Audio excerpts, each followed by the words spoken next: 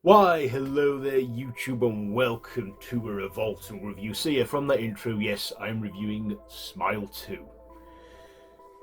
So yeah, it took me a while, I'm a bit late to the game, but throughout October I was doing 31, and, theatres were just being awkward with the times, but I've actually managed to go out and see it today, and I'm glad I did. So, it is written and directed by Parker Finn, starring Naomi Scott, Rosemary DeWitt, Lucas Gage, Miles something or other, Peter Jacobson, Ray Nichols, Dylan's.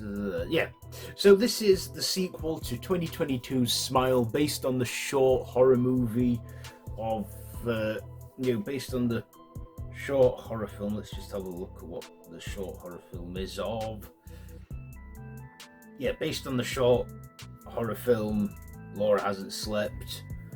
So this takes place, the opening act takes place a week, 6 days after the events of the first film, when that ended, where Joel, who witnessed Rose's suicide in the first movie at the end, tries to pass on the curse but doesn't quite go to plan, and he ends up killed in the opening act.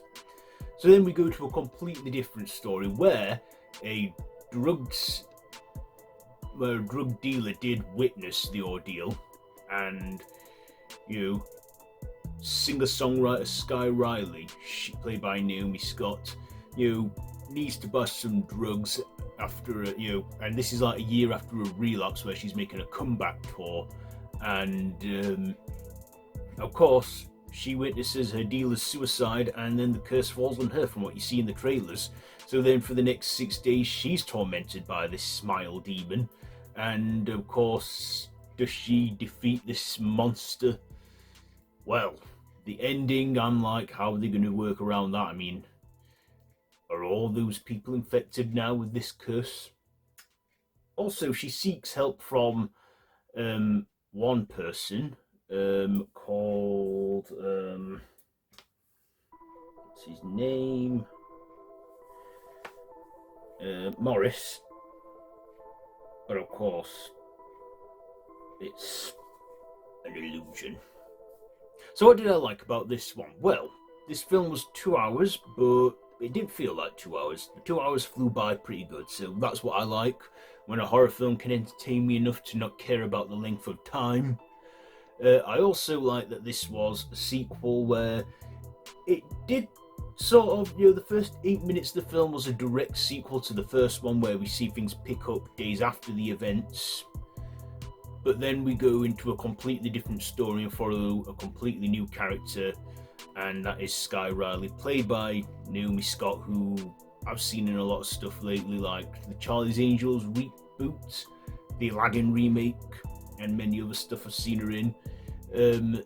And she looked beautiful, as she did in others things I've seen her in, and she played a good protagonist, Sky Riley. And this was like, oh yeah, this thing attacks celebrities as well, so not even the rich and famous are safe from this thing, and how it, and we see her slowly drift deeper and deeper into madness. We even get a cameo from Drew Barrymore in this as herself, playing herself on her chat show, The Drew Barrymore Show. Drew Barrymore, in a horror movie for the first time in ages. I will say one negative though is the jump scares really lack this time, and I felt like I saw them coming. I mean, I didn't jump at all when I watched this, and the first one, it did a few times and got me off guard, but that's the thing with sequels, when they happen you kind of know what is coming and what's happening, and that's exactly what I saw coming. Of course, it was a good pull under the rug though when the entity made her think she's won, and then you're like thinking, hang on, this was all an illusion, this isn't real.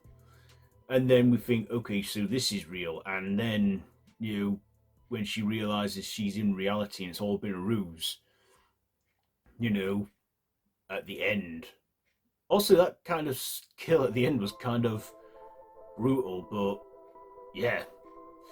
I don't know whether it would have been good if they didn't show us and let our imagination feel sin, but in that final shot of the film we see what happens and it's like, oh yeah, the monsters won again. And the smile entity, again, that smile entity is just, what is it? We still don't know what it is. All we know is that, it's affected 8 people before Sky, and it's like, just passing on. And it's evil, horrible, skinless like form with the rows of smiles on it. What is it? Do we even want to know? Do we need to know? I don't know. It's quite a creative monster, and I don't know if we should know its origins or not. All we know is that it does the curse thing and the smile thing. But yeah, I thought those were good visual effects on the monster at the end, and I mean CGI, but good CGI, and it seemed to look a lot bigger this time. Maybe because it gets bigger with the more it feeds on people. I don't know, but Smile 2 was a good sequel. It's a decent sequel, and I like the first film. I think this one was slightly better. I could only fault it for the jump scares that it lacked in, but I wasn't really in the mood for any jump scares. I was here to watch this film and enjoy it, and I did.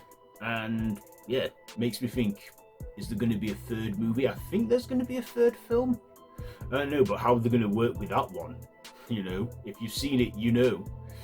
So yeah, Smile 2. What am I going to rate this one? I will probably give it... you know what? Yeah, I'll give it 5 stabs out of 5. 5 stabs out of 5 for Smile 2. So there you go. There is my review on that one. Have you seen it? Let me know what you think down below in the comments. If you like this video, be sure to give it a big thumbs up. Share with your friends and feel free to subscribe to the channel if you haven't already and to hit that notification bell. I've been Ryan Ross and this has been a Revolting review on Smile 2. So, until next time, don't have nightmares.